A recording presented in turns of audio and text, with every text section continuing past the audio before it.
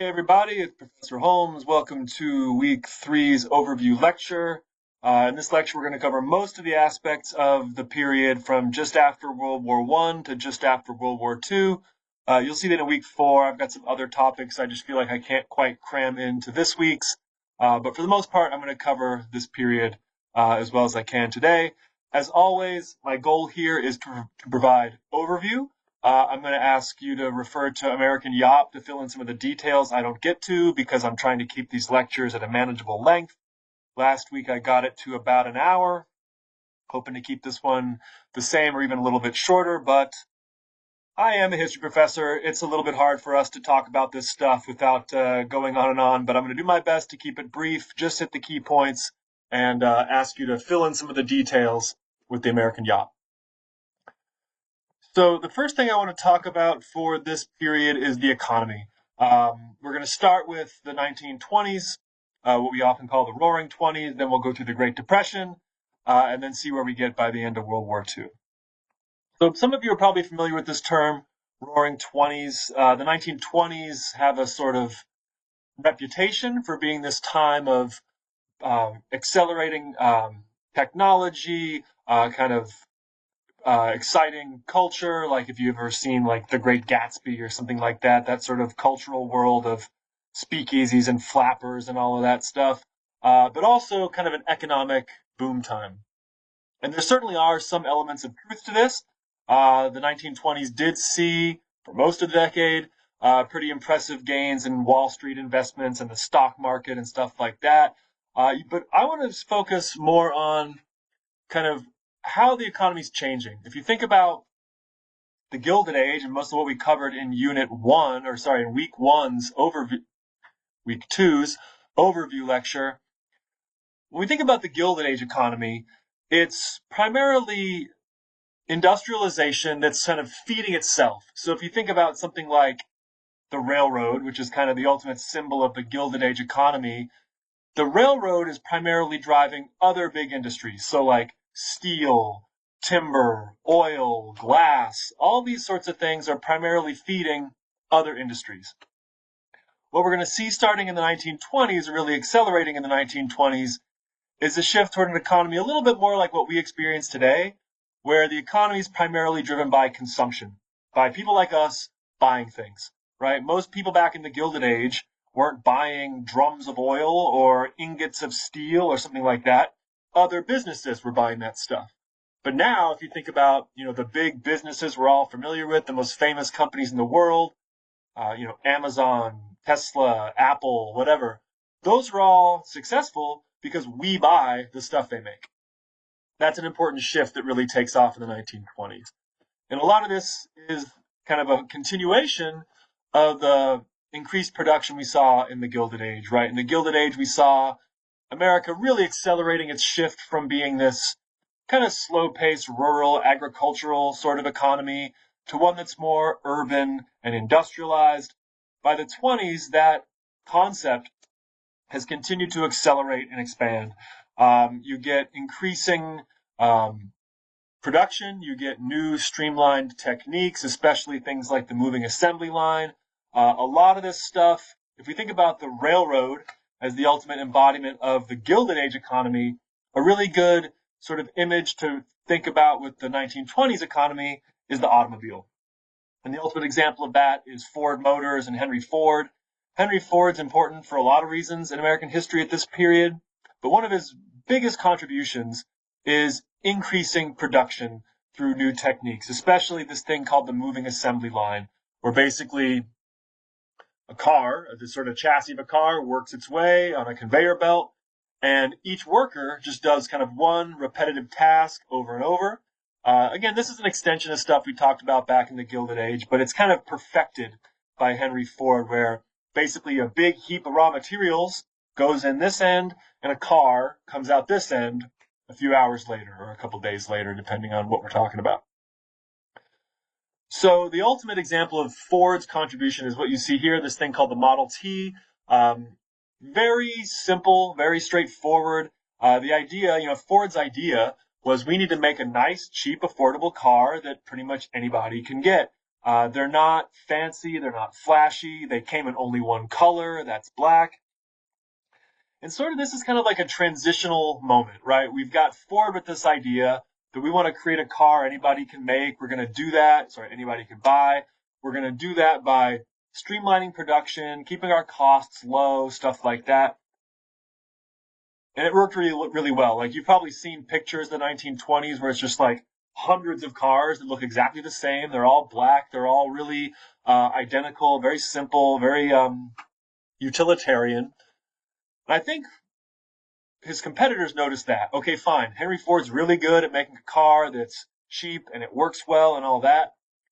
But I think they discovered that Henry Ford was missing something, which was that a product like a car isn't just a practical utilitarian thing. It's also a thing people can use to express themselves, right? If you look out at I'm here at Lone Star College Sci-Fair campus, look out at the parking lot, every car looks different.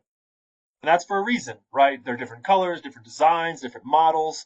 And I think part of that is because people have not only different needs for their transportation, but also they use their cars as a way to express themselves. And so competitors notice that kind of thing. Yes, you can get your boring black Model T Ford, but if you've got some money to spend and you want to express yourself, you can get something like this. This is a 1930 Cadillac. You've heard of Cadillacs before, I'm sure. So if you're a rich guy and you don't want a boring black Model T, you can express yourself by getting a Cadillac, which comes in different colors and has different packages and accessories and stuff like that, just like you'd see today. And then if you're, if you're General Motors, you give rich guys, you can sell them a Cadillac, but you also can attract, regular people by selling them something like a Chevrolet. So Ford's all about keeping things simple, streamlined, and accessible, but I think he's kind of missing this really important shift going on in the 20s, which is Americans more and more are going to define themselves by what they buy and express themselves through what they buy. Cars are just one example, but in the 1920s, all sorts of technologies and household items, labor-saving devices, all sorts of stuff really start to take off. And more of these things, you can look at this chart here, become much more common in American households. And so people are going to buy these products, not only to use them, but again, kind of express who they are through them. Now, another really important part of all this is advertising, right? If we're going to sell products to consumers rather than other industries, we have to attract consumers. How are we going to do that? Well, by the 1920s, advertisers got really, really good at this. I mean, they say today the average American sees, I think, thousands of advertisements a day or something really crazy. And whether we realize it or not, advertisers have gotten really good at burrowing into our brains. And that's been true for 100 years. Advertising agencies were hiring psychologists and people like that who could really get into our brains and convince us that we need things that we didn't think we needed before.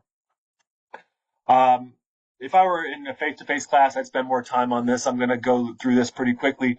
But one thing I've noticed, if you look at these old advertisements, these are all advertisements from the 20s and early 30s, is they try to play on people's emotions. They're not just saying, hey, this is a good product that does its job. They need to convince customers, if you don't have this thing, something bad will happen.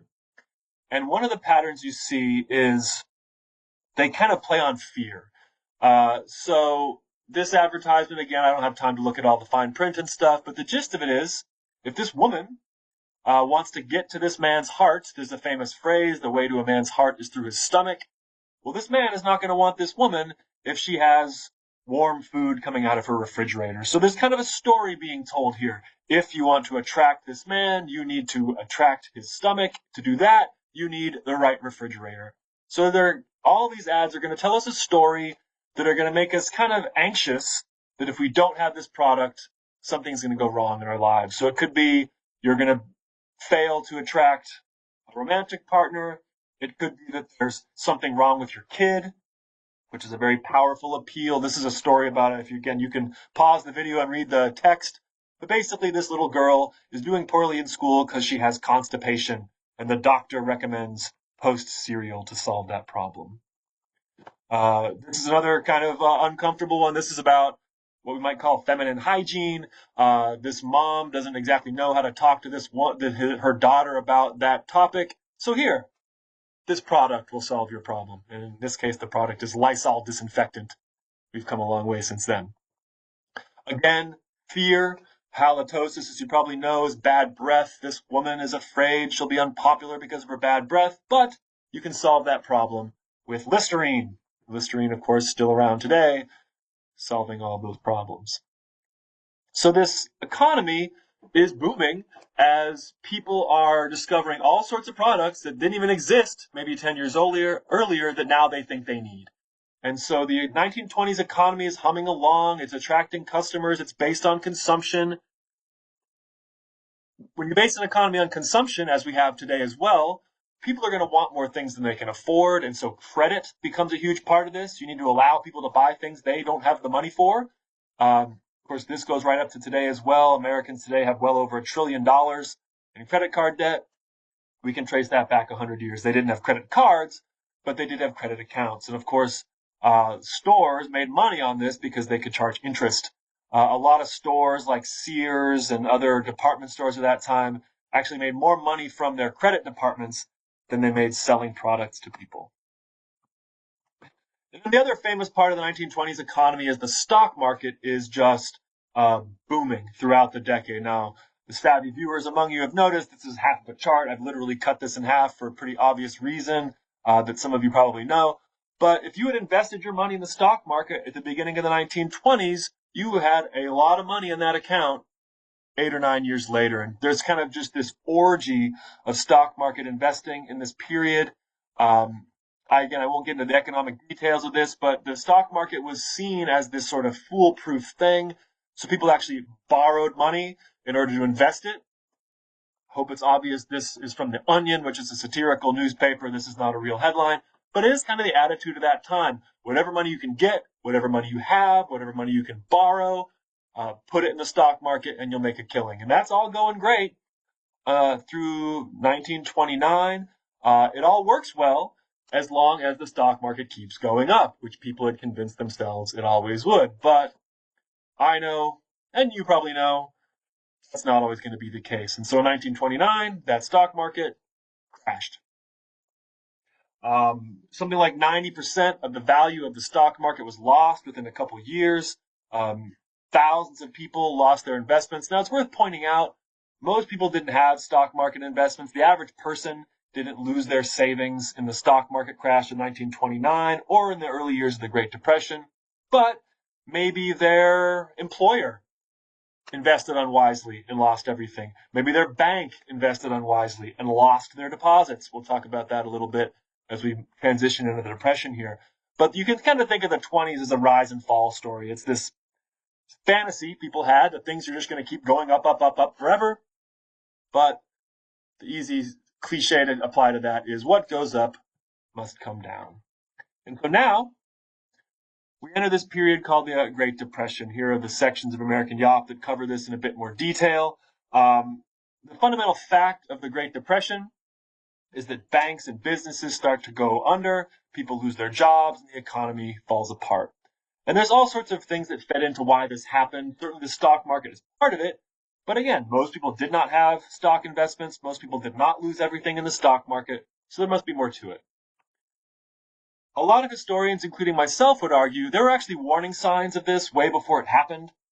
This is a chart that shows home building in America. And you'll notice it doesn't peak in 1929 and then collapse.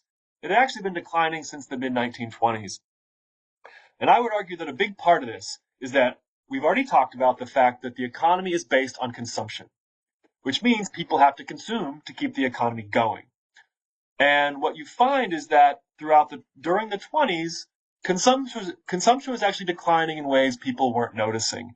And a big explanation for that is that as the 1920s economy was booming, it was booming pretty unequally. A lot of those gains, especially those stock market gains, were going to rich people, people at the top of the ladder. And there's this economics principle called the marginal propensity to consume, which is sort of a fancy term for a kind of simple concept to picture. So imagine you've got two people. One of them has $1 million and one of them has $0. And you give each of them $1,000 and you observe their behavior. Well, if you give a person with $0, $1,000, they're going to go buy stuff. They're going to pay back debts. They're going to buy groceries. They're going to buy clothing. They're going to buy whatever, a car, you name it. That's going to keep the economy going through consumption. But if you give a millionaire $1,000, he's probably not going to do anything. He's not going to buy anything he couldn't have bought the day before. And that's kind of what was going on in the 1920s. A lot of the wealth was accruing to the top and getting parked in the stock market rather than getting pumped back into that consumer economy. And so once consumption declines, companies start to lose revenue. How do they deal with that? Well, they can cut their labor force. Now you have workers who aren't working who can't spend money. That's less money pumping into the economy. What are they going to do? Fire more workers, something like that. Cut wages. All these solutions to that problem have this hidden risk, which is that consumption declines and kind of plants the seeds for a disaster. And then when the stock market crashed, it kind of revealed the extent of that disaster. And as you'll notice, the late 1920s, we had about the most unequal economy we've had until today. Today, actually, the levels of inequality are very similar to what we saw in 1929. Who knows what the outcome of that will be? And just in general, people were doing all sorts of shady, irresponsible stuff with money in the 1920s. Again, I'm going to kind of leave it at that. You can read more in American Yacht. So the outcome of all this is that about 25% of people became unemployed by the early 1930s. And when 25% of people are unemployed, that continues to ripple outwards into the economy in all sorts of ways. And then, of course, those people themselves just experience enormous hardship. People lose their homes, people lose their livelihoods, people hit the road, people beg for money.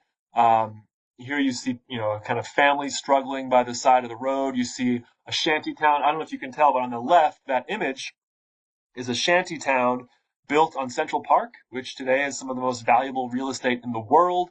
Back then, they drained the reservoir in Central Park, and people just set up sort of houses they made for themselves to struggle to survive during the Depression. Rich people, of course, too, lost their investments. They lost their money. All that buying on margin I mentioned before, that stuff, people borrowing money to invest, that works great. But when the economy goes down, when the stock market goes down, not only does that hurt the investor, it hurts the person who loaned money to the investor, and that hurts the person who loaned that person money, and it just ripples upwards and outwards in all sorts of ways. On top of this, you've also got the worst ecological disaster in the history of the United States at this time, called the Dust Bowl, one more way that was causing people to really struggle to survive in this period.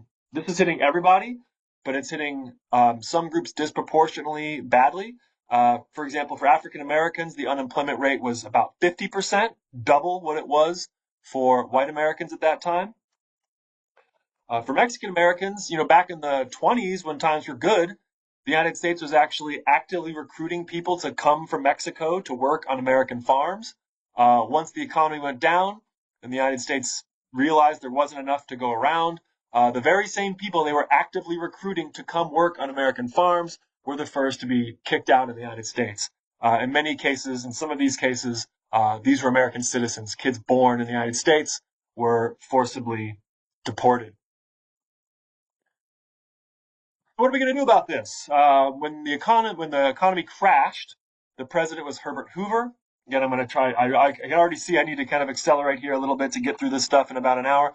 Herbert Hoover, who's the president and kind of a well-meaning guy, he's just sort of philosophically ill-equipped to deal with this. As the economy's going under, as people are out of work, as people are literally starving to death, they're begging Herbert Hoover to do something. Herbert Hoover was a very pro-business Republican, which in 1928, when he was elected, was a really good thing to be, when people thought the economy was really cruising and booming.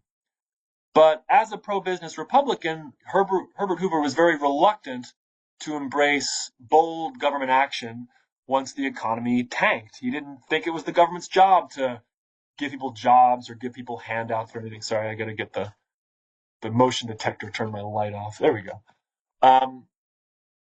So Herbert Hoover just isn't really able or willing to take bold action to deal with the Great Depression.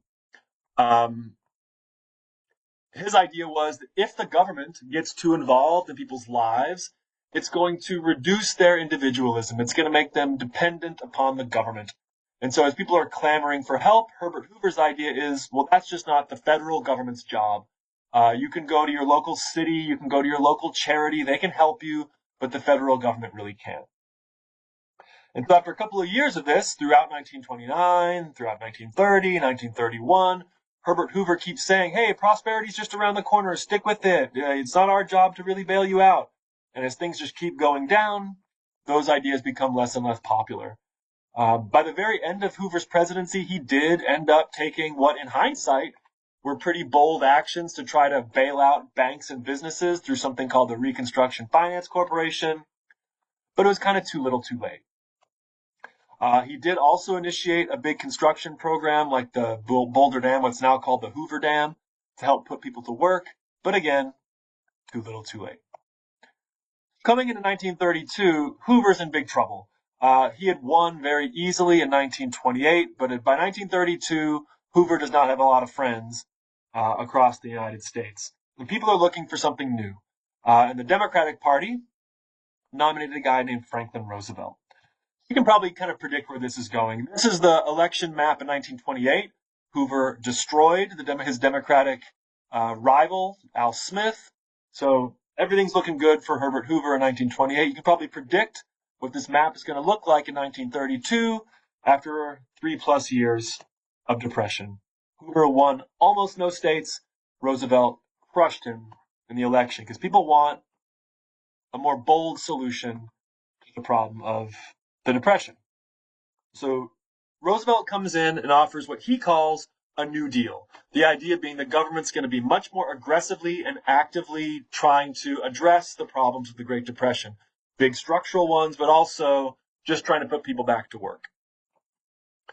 I'm going to kind of frame this around problems and solutions, right? There's a lot of problems during the Great Depression, and the New Deal, through Franklin Roosevelt, tries to deal with them. I'm going to kind of move pretty quickly here. One thing that's a problem, of course, is that banks are going out of business. It's not like today when you can be confident your bank will have your money when you go back for it. If your bank, say, invested unwisely and didn't have enough deposits to meet everyone's withdrawals, that bank would just simply run out of money and go out of business. And that was happening to thousands of banks around the country. And so the New Deal included components to try to stabilize the banking sector, starting with just closing the banks with something called a bank holiday, and then making sure that the government could sort of oversee banks and make sure they weren't going to run out of people's money. This basically helped stop the process of banks going out of business. I'm going to let you read American Yop about the National Recovery Administration, but this encouraged businesses to not cut wages, to not fire workers, stuff like that. They also tried to help farmers. Ironically, one of the big problems back then was that farmers were growing too much crops, making the price of their crops too low. So the government actually paid farmers not to grow crops to keep the price of their farm commodities higher through this thing called the Agricultural Adjustment Act.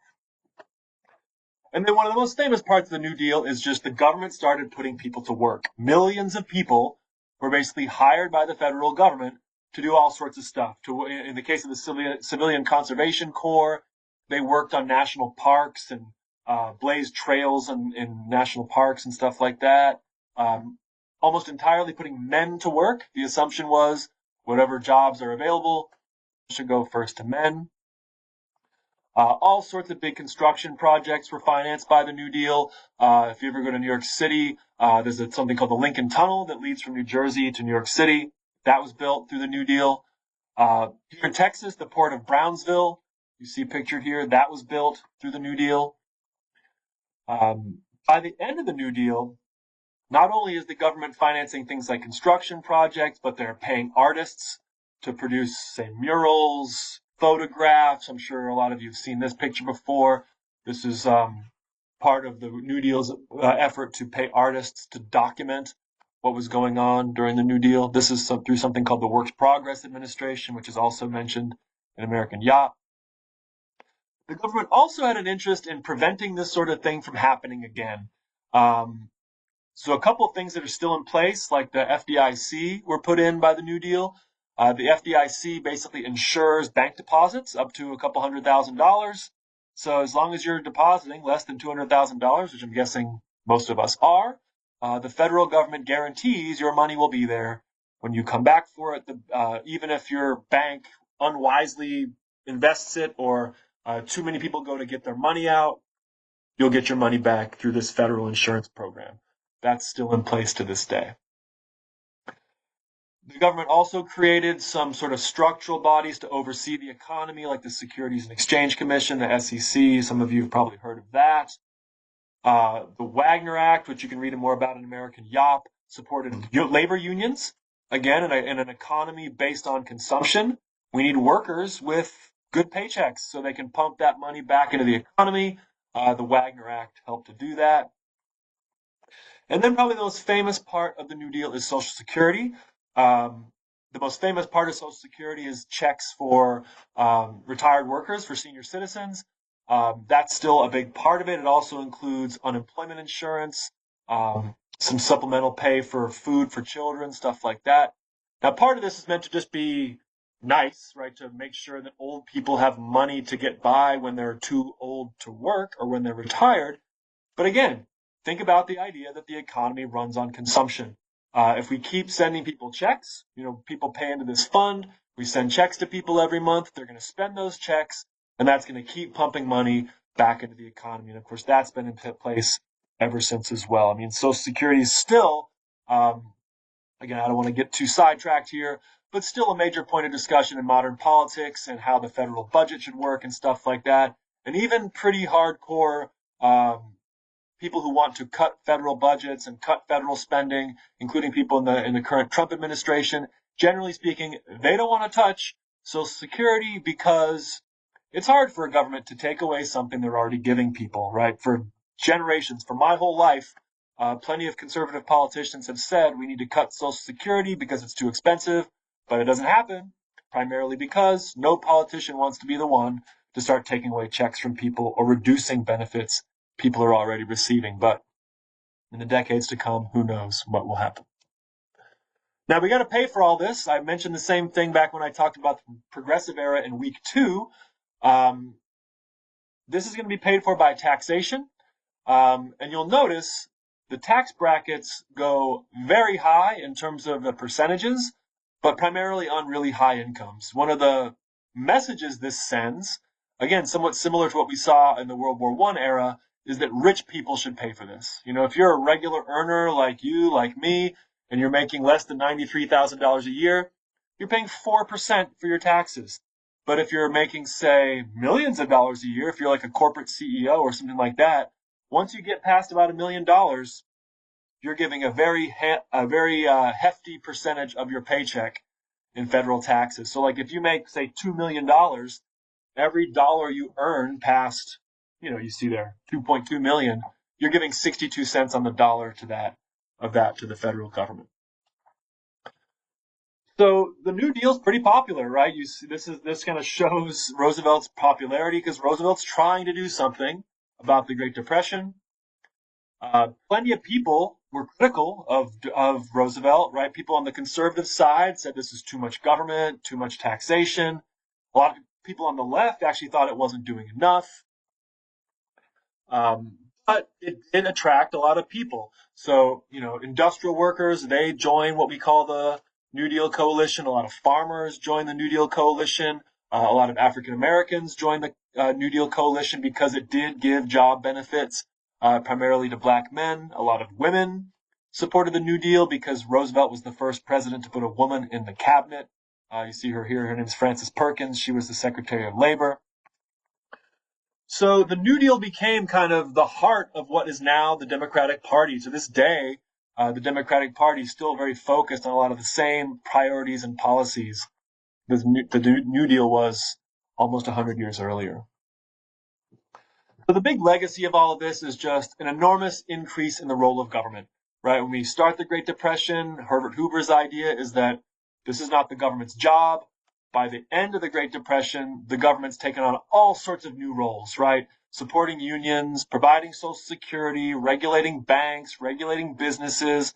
This is all a massive extension of some of the increased government role we saw back in week 2. Now, it's worth pointing out the New Deal did not fully solve the Great Depression. Unemployment stayed high throughout the New Deal. If unemployment started at about 25%, the New Deal got it down to about 12 to 13%, which is important. That means about 13% of people were put to work, or the economy gave those people jobs. However, that means a lot of people are still out of work. It's really World War II, which we'll talk about in a minute. World War II really conquered the Great Depression because, again, one way to think about World War II is as a massive New Deal program. Right? When the United States entered World War II, we have to produce tanks and planes and guns and all that sort of stuff. That puts millions of people to work in factories that had been just sitting empty during the Great Depression. So a lot of times people say, well, it wasn't the New Deal, it was World War II that fixed the Depression. That's kind of true, but it's worth pointing out that the reason World War II helped conquer the Great Depression is because it did the same thing the New Deal did, which was involve enormous amounts of federal government spending to help put people back to work. So through World War II, the United States economy basically gets to full employment, wages are high, and the economy is absolutely booming coming out of World War II, and I'll talk about that a little bit more next week. Now, again, it's worth pointing out this involved massive amounts of government spending, massive amounts of American government debt, and also even higher taxes, right? This is the one I showed you a minute ago with the New Deal. Here's what the tax brackets look like out of World War II. The average person is now spending 20-something% on their taxes, and rich people, after a couple $1 million, are giving over 90% of those high earnings dollars in federal taxes to try to pay for this. That's where I'm going to leave the economy for now. We've got this sort of rise of the 1920s, the crash and depression, the New Deal kind of digging us out, and then World War II fully digging us out and creating what will be, after World War II, the most booming economy the world has ever seen by many metrics. What I want to do now is kind of shift our gears more to the cultural realm. If you look at the syllabus, for week 3, it mentions radio and television. I'm not going to talk about television in week 3. I'm going to hold that off for the next one. So the big kind of technological change in the 1920s in terms of culture was radio. What radio did was kind of knit the country together culturally. If you think about pre-radio American culture, it's live theater, it's, reading in your home, it's playing around the piano in your home, something like that. Radio really, for the first time, exposes everyone to a broadly shared culture. For a lot of people, for the first time in their lives, they're going to hear people with different accents than them and stuff like that. You also get in the 20s this kind of loosening up of a lot of the cultural expectations around clothing and sex and stuff like that. The Gilded Age that we talked about in week 2 was a very culturally conservative time. A word you often hear applied to it is Victorian.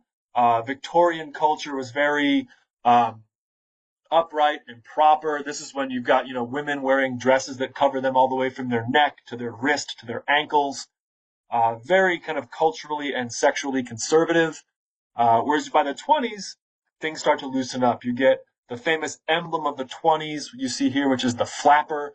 These are women wearing short, loose dresses, exposed arms, exposed legs, dancing in much more provocative ways in public, drinking alcohol, smoking cigarettes, stuff like that. So a lot of these old Victorian restrictions on public behavior and sexual attitudes and stuff like that, those really loosen up a lot in the 1920s. You also get sort of what we'll call booming mass culture. Sports become a much bigger part of public life. You see a picture of Babe Ruth here. He was the big baseball star of the 1920s. Jazz music became this very exciting new form of music. Today, jazz, I think, has a reputation for being kind of stuffy and academic.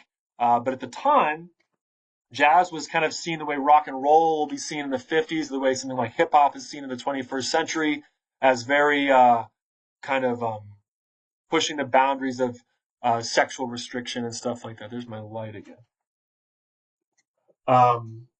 Just like in the 50s, people called rock and roll the devil's music. People called it in the 1920s called jazz the devil's music. So again, all this stuff is just contributing to this atmosphere in the 20s that culture is really kind of speeding up and loosening up and becoming much more like what we would think of as popular culture, where there's movie stars and sports stars and all this sort of thing. I'm not going to say too much more about that. You can read a little bit more about that stuff in American Yop as well. And then sorry, one second. Sorry about that. Okay. The other big thing that's going on in the period we cover in week 3 is the United States really fully emerging as a global power. If you think back to week 2, we saw the United States sort of inching its way onto the global stage with the Spanish-American War, becoming pretty globally prominent through World War I. But still at the end of World War I, the United States is kind of a second-tier global power, still far less globally influential than a country like Great Britain or France. World War II, which we'll talk about a little bit here, is going to change all that. Here are the sections of American Yop you can read for more details. Again, I'm going to try to keep this kind of as brief as I can. So, again, you can read American Yop for more detail here, but throughout the 1930s, there are these kind of global rumblings going on that are going to eventually draw the United States into the conflict. In Japan, Japan had been a pretty isolated nation for a lot of its history, but starting in the early 1900s, started to assert itself, especially in Asia. And by the 1930s, Japan invaded China and conquered large parts of China, committed some horrendous atrocities in some Chinese cities. And so that's kind of simmering in the background of American awareness. At that time, the United States was much less economically integrated with Asia than it is today, but it's certainly something that Americans were paying attention to. More pressing was what was going on in Italy and Germany. Starting in the 1920s, Italy fell under fascist rule through Benito Mussolini, where basically, under fascism, you've got your sort of one leader who kind of dictates everything, kind of commands how the economy is going to work, commands how the military is going to behave. There's under that system of fascism, the word fascism gets tossed around a lot. It has all sorts of kind of colloquial meanings today. But at that time, it's kind of this formal system.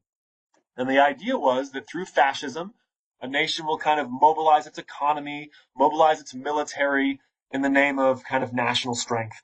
And then very often that leads to foreign aggression. So in the case of Mussolini, he's pursuing this fascist vision in Italy. Italy under Mussolini, for example, attacked Ethiopia in East Africa, conquered Ethiopia. So again, the United States is kind of paying attention to this stuff, is troubled by it, but is kind of trying to stay out of it as Italy is on the march. The most famous enemy of the United States in World War II, of course, was Nazi Germany under Adolf Hitler. I'm going to guess a lot of you have at least some working familiarity with this, with the Nazi phenomenon under Adolf Hitler. But again, short version of this is that coming out of World War I, a lot of Germans felt very kind of humbled and betrayed and brought down by the way World War I ended and by the way that America's allies like Great Britain and France wanted to severely punish Germany. I talked about this a little bit in the week 2 lecture. And so throughout the 1920s into the 1930s, there's this kind of festering resentment in Germany among a lot of people, including Adolf Hitler, that Germany's been kind of stabbed in the back and brought down. And so guys like Hitler have this vision that Germany needs to be kind of reinvigorated and re-empowered, reindustrialized, remilitarized, all of that. And so by the early 1930s, Hitler and his Nazi party gained power. I think we obviously and rightly think of Hitler as one of the great villains of history. And he did become an extremely brutal dictator. It's worth noting he was elected right? Throughout the early 30s, Nazis and Hitler kind of gained political popularity. And by 1933, he was elected to office. But once he was, and his party was elected into power, they consolidated power over every area of the German government until, basic democracy and civil liberties and civil rights were all eroded very strongly.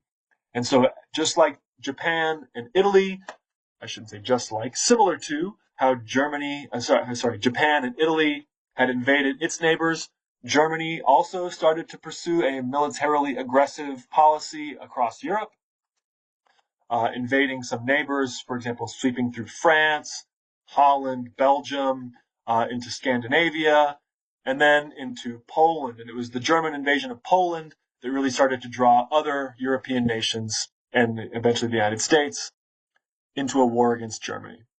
And so these things are all going on at the same time. These three nations did form a sort of alliance we call the Axis. In some ways, it was kind of a marriage of convenience, right? They're not all on the same page in terms of what they want, what their goals are, but they did all kind of support each other on one side of what will become World War II. So where's the United States in all this? Just like with World War I, as the storm clouds are gathering and as these nations kind of become aggressive in Asia and in Europe, the United States is trying to keep out of this. Again, just like we saw in World War I, the United States wants to remain neutral. But as with World War I, it becomes harder and harder to do so. As it becomes clear that Japan is committing atrocities in Asia, as it becomes clearer and clearer that Hitler's aggression is not stopping and in fact is just amplifying and increasing, American citizens and American politicians are increasingly troubled by what's going on. So as the United States starts to sort of lean towards the Allies, so the Allies in World War II are going to be, again, Great Britain, again, France, although much of France was conquered by Nazi Germany, and China over in Asia, and then a bunch of other countries as well were part of the Allies, like Australia and New Zealand, Canada. I won't go into more detail than that. As the United States starts aligning itself with the Allies against the Axis, again, most Americans do not want to go to war.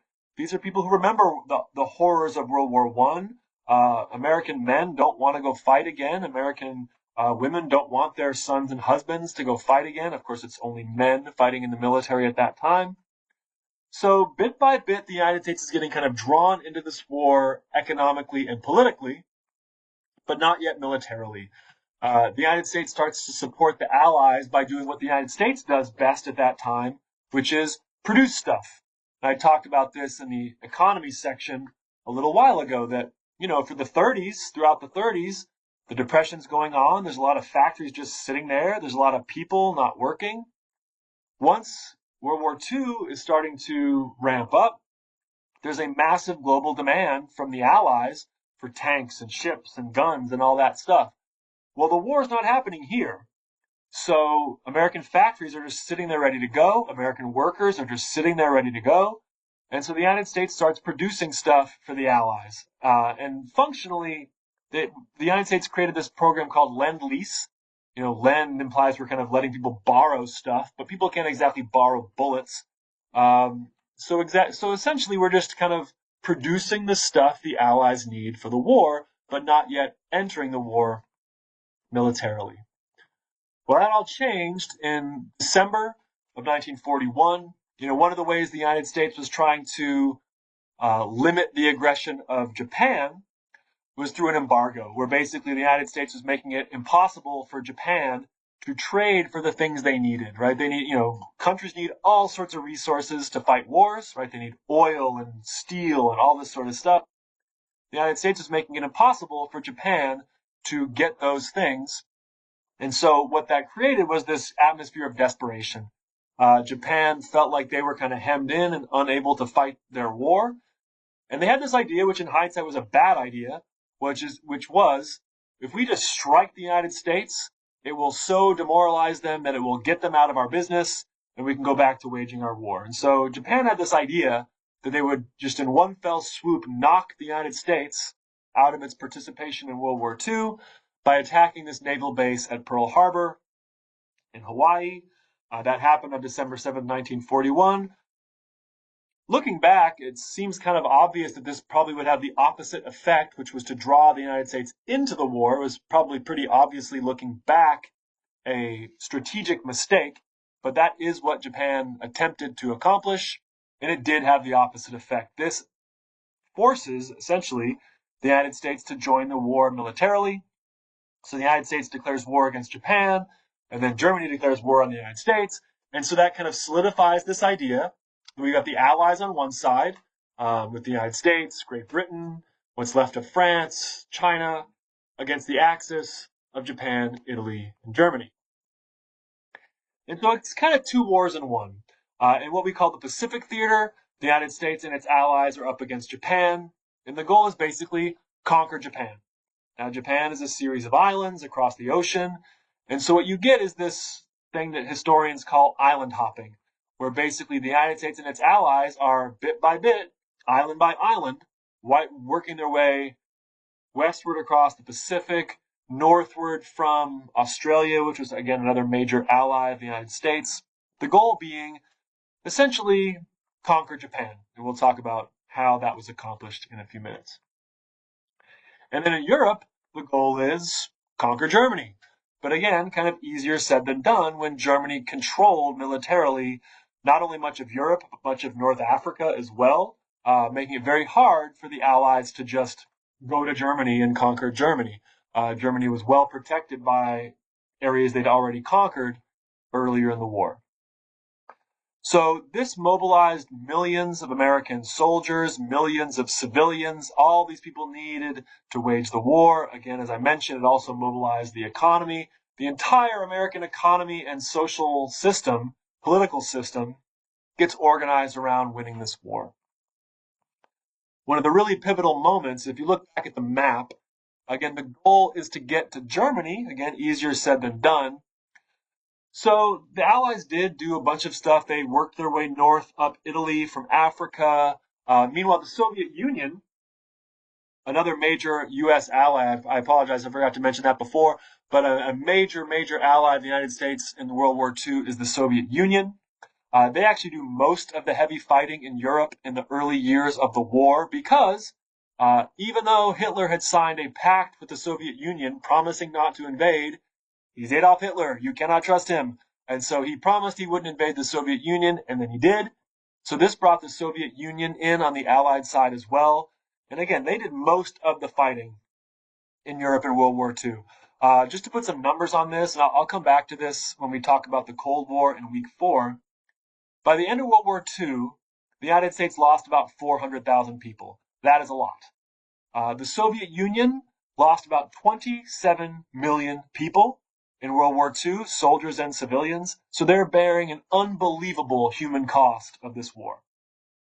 So the United States is kind of working its way northward, the Soviet Union is trying to fight westward, and then by 1944, the United States and its allies invade at Normandy in northern France, and then push towards Germany. So it's kind of working in every direction, right? Eastward from Normandy, westward from the Soviet Union, northward through Italy, all trying to converge on Germany to get Germany to surrender. And that moment of invasion at Normandy we call D-Day. It's a very famous event in 1944. Some of you might have seen the movie Saving Private Ryan with Tom Hanks. That shows a very intense and as realistic as you can get portrayal of just how daunting that was to invade this beach in Normandy to try to retake that territory from the Nazis. So you've got all these Allied forces converging on Germany, and by the early months of 1945, it was successful. Germany surrendered in the early months of 1945, and so the European theater's war was over by early 1945. One of the things that was truly uncovered in terms of its horrors and scale in this period was the Holocaust. Again, this is just something I don't have time to go into detail in this overview lecture, but throughout Nazi Germany's period, and throughout the war. Of course, one of Hitler's sort of enemies in his own mind, one of the groups he blamed for Germany's weakness was Jews. This is just a program of hate and roundups and violence and eventually extermination was carried out on European Jews. By the end of this, something like 6 million European Jews were killed. They were put into camps, famous ones like Auschwitz, which basically became death factories where human beings were slaughtered at industrial scale in what many people, historians and just regular people, would consider one of the pinnacles of human horror and evil. And so as the Soviet Union's troops and as American troops were going to these areas where these camps were, especially like in places like Poland, they're uncovering enormous atrocities that are just mind-boggling to this day. One of the incredibly dark chapters in world history. Now, in the Pacific theater, the United States and its island-hopping campaign with its allies is largely successful in the sense that, again, they're converging on Japan, but still have not successfully gotten Japan to surrender. The plan had been to eventually just conquer the Japanese home islands, but everyone knew that if that happens, if the Allies attempt to invade the Japanese home islands, it will lead to enormous loss of life, right? Millions of Japanese people would be likely to die, and as many as 1 million Allied troops would be likely to die if this happened. Now, little did almost anyone know, throughout 1945, there's this program going on in the background in the United States. Again, most people, including very high-level politicians, didn't know about it. But starting in early 1945, the United States had begun work on building an atomic bomb. Basically, scientists came to Franklin Roosevelt when he was president and said, the technology exists to turn atomic science into a weapon. And the fear was, what if Germany gets it first? Well, Roosevelt doesn't want that to happen. So Roosevelt and the U.S. government start this almost entirely secretive program to build the weapon first. Even people who worked on this program, we called it the Manhattan Project. Well, they called it the Manhattan Project. Even people who worked on it, which was about 100,000 people, didn't necessarily know that's what they were doing, right? Like, let's say you're a scientist hired by the government. They might say, we need you to invent this trigger mechanism, but you don't know exactly what it's going to. Or you need to figure out this process for refining uranium, but you're not exactly sure why.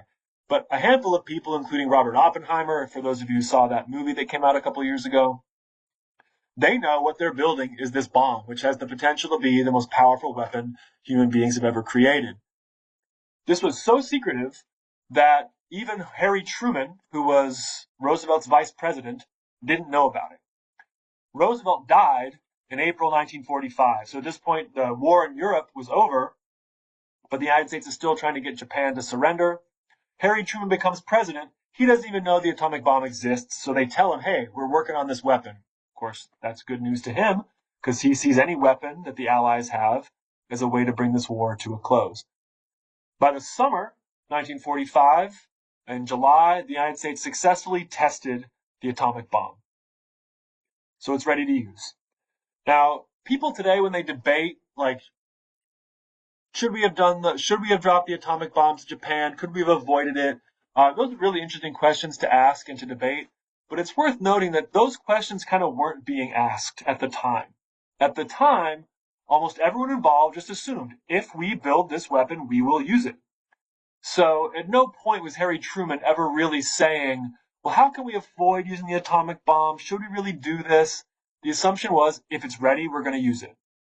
And in a weird way, and in a way that actually is kind of true, it was seen as a way to save lives. It would certainly save American lives, right? If we can bomb the nation of Japan and get them to surrender, that's going to save, again, you see numbers today of something like 1 million people might have died if the Allies had invaded Japan. Now, Harry Truman at the time, like in his memoirs later, he wrote, 500,000 to 1 million people might have died. The numbers he was getting at the time were actually quite a bit lower than that. But nevertheless, his idea was, we want as few people to die as possible. If we can end this war as soon as possible with this new super weapon, we're going to do it. So the weapon was ready. It wasn't ready in time to use against Germany, so we can't say, well, why did they drop it on Japan and not Germany? It wasn't ready to use against Germany, but now it's ready. So in early August, the United States, again, there's so much momentum behind this because 100,000 people have spent years building this thing. It's ready. We're going to use it. And so on August 6th, a city called Hiroshima had an atomic bomb dropped above it. Tens of thousands of people were instantly killed. Hundreds, or probably close to 100,000 were injured or died later of their injuries, of radiation poisoning. And yet that too failed to get Japan to surrender. So as you see here on the map, 3 days later, a city called Nagasaki was bombed as well. Same thing. Tens of thousands of people killed instantly. Thousands more died later. And this finally helped get Japan to surrender. And so by August 1945, World War II is over. This was an enormously deadly war. Tens of millions of people around the world died in World War II. Of course, it also included two enormously dark clouds that have hung over humanity ever since, one being the horrors of the Holocaust, and one being the reality of now we live in a nuclear age where we have weapons that can obliterate mankind. And I think we've, to this day, right now, we still have to consider that, right? That any global war involving a nuclear power, which is many of the most powerful countries in the world, has the potential to annihilate life as we know it. And so since 1945, I would argue we've lived in a fundamentally different world, a world in which warfare has the potential to destroy humanity as we know it. So 1945 and World War II are an incredibly important transformative moment in world history, right? We've kind of uncovered just how dark and deadly things can get through the Holocaust, and we have this new technology which has been hanging over our heads ever since. Now, from the United States perspective, there is this feeling coming out of World War II that the United States is entering this new era of global power. Remember, the war happened other places. So, many parts of Great Britain, who had historically been the most powerful country in the world, much of Great Britain was in rubble. Much of Germany was in rubble. The Soviet Union lost tens of millions of people. Meanwhile, in the United States, we helped win the war. We developed the atomic bomb.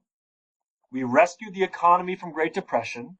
And so coming out of World War II, the United States went from being a sort of second-tier power to pretty easily the most powerful country that's ever existed. The economy is humming.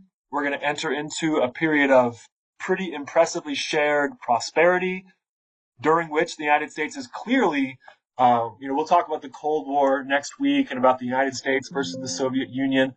The United States is by far the most powerful country in the world at this point. And so that fundamentally shapes life ever since. Also, for the last 80 years, the United States has been characterized by the complication of being the most powerful country in the world. And again, we're living in new, extremely pivotal moments in that story right now. So I'm going to bring the lecture to a close. Again, I got it about an hour. I can live with that. Hopefully you could too. Just to kind of recap real briefly, what we covered in each theme.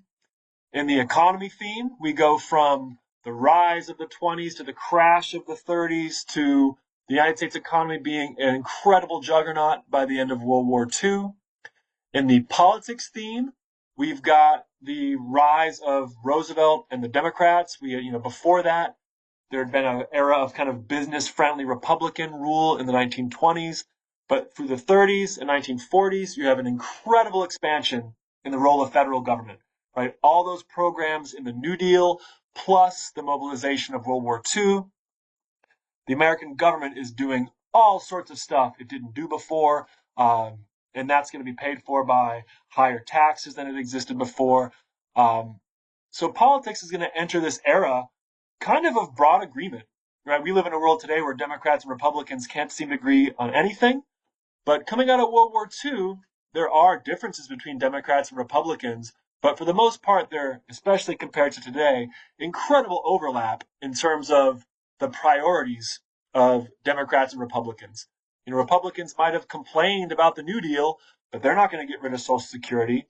They complained about, the high taxes of World War II. They didn't lower those taxes in the 1950s. So to a large extent, the government created by the New Deal and World War II under Roosevelt became the dominant system for decades. And again, we'll follow that story as we go. In culture and technology, we've got this incredible expansion of kind of popular culture, entertainment technology, right? Radio, movies, sports, all that stuff. And so things are looking really good in a lot of ways in the United States in 1945.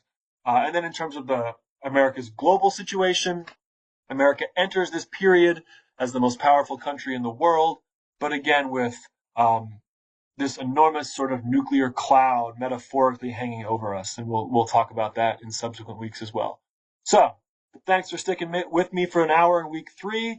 I'll be back with you in week 4 to continue the story forward. Thanks. See you later.